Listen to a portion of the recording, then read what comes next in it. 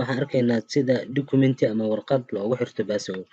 Waxaa laga yaabaa in computer-ka aad isticmaalayso ay kula isticmaalayaan dad saaxiibada ama asxaabtaada, markaasna aad rabto in xogahaada qaarkood aad ayaga ka qarsato. Si aad marka xogtaas u qarsato, waxaan bal fiirinaynaa sida documentiga loo qarsan karo. Hadda warqad ayaan soo furayaa.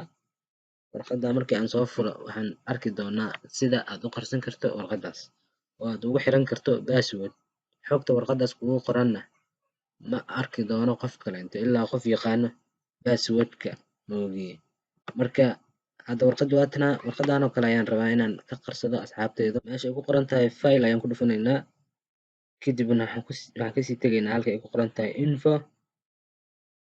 Saddexdan qodob ayuu kuu soo saaray. Waxaan ka dooranaynaa midka u sarreeyo oo protected document ah.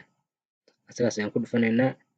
Kadibna waxaan ka dooranaynaa halkan ay ku qoran tahay encrypt with password. Halkan ayuu ku keenayaa. Halkan markuu ku keeno, meeshan waxaa ku qoraysaa password-ka aad rabto ayaad adiga ku qoranaysaa. Ani hadda waxaan ku qorayaa 1 2 3 4. Okay ayaan dhahayaa. Kadib mar kale ayaa la weydiinayaa oo la leeyahay password-ka xaqiiji, isla markaana isla asaga ayaan ku celinayaa 1 2 3 4. Hadda sida aragtaba password-kii aan codsanay waa la sameeyay ayaa la yiri oo naloo sameeyay. Marka kadib waxaad samaynaysaa inaad control iyo s isla qabato si aad u save garaysato warqadda. Control iyo s. Waa iska soo xiraynaa.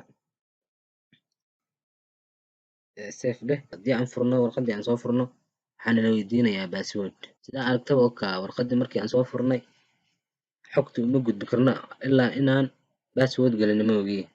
Marka hadda password ayaa nalooga baahan yahay. Qof walba oo raba inuu warqaddan akhristo ama furtana sidan oo kale ayaa loo weydiinayaa.